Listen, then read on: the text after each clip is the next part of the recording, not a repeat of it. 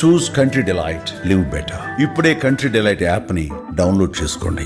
కానీ అందరూ అడిగారు నూతన్ ప్రసాద్ గారి ఇన్సిడెంట్ రాజేంద్ర ప్రసాద్ గారిని ఒకసారి అడగండి మీరు కలిసినప్పుడు అని చాలా మంది నన్ను అడిగారు.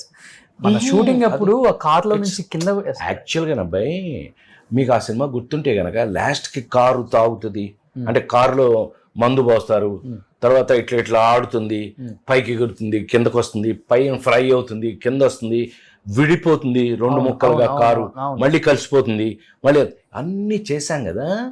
ఆ కార్లు యాక్చువల్గా ఏవిఎంలో 6 కార్లు అవి. ఓకే, అందులో 2 కార్లని 2 పార్ట్లు చేసి పెట్టారు.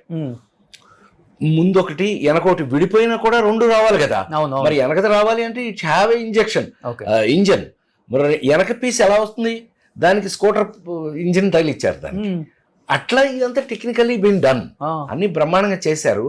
అలా చేస్తూ చేస్తూ ఏమైంది అనంటే పొద్దున్నుంచి ఆ కారు డ్యాన్స్ చేయటం అనంటే క్రెయిన్కి కారు కట్టి ఇట్లా పొద్దున్నుంచి ఈ గొలుసులతో కట్టారు.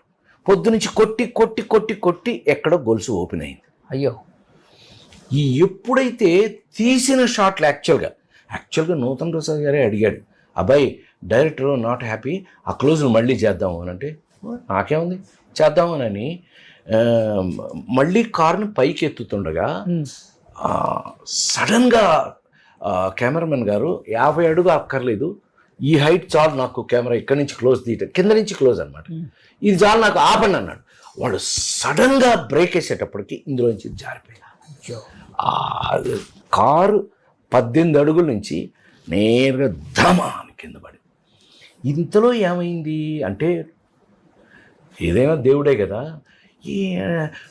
పడుకో పడుకో పడుకో అన్నానంట. నాకు తెలియదు, నేను ఫెయింట్ అయిపోయాను కదా. నేనేమో ఇలా వంగున్నాను, ముందు డ్రైవింగ్ సీట్లో ఉన్నాను నేను, నూతన్ ప్రసాద్ గారు తాతయ్య వెనకాల ఉన్నారు. అన్నాడు ఆయన. ధన అని కొట్టింది, పప్పలాగా అయిపోయింది కారు. ముందు నేనేమో పడుకోవటం వల్ల ఇలా ఉన్నాను, వెనకాల ఆయనేమో అంటాను, పైన కింద నొక్కుపోయింది. అయ్యో, స్పైనల్ కార్డు 16, 17 మీకు తెలుసు కదా. స్పైనల్ కార్డు పైనుంచి కిందకి నెంబర్ ఆఫ్ ఇవి ఉంటే తెలుసు కదా. ఆ మధ్యలో ఉన్న బోన్స్లో 16, 17 2 జామ్ అయింది. ఆ 2 జామ్ అవడం వల్ల 2 కాళ్ళు ప్యారలైజ్ అయిపోయింది. పాపం. ఆ తర్వాత ఆయన ఏ ఫంక్షన్కి వెళ్ళినా అంటుండేవాడు, చిన్నోడు, నన్ను చిన్నోడా అని పిలిచేవాడు. ఆయన పెద్దోడు, నేను చిన్నోడని.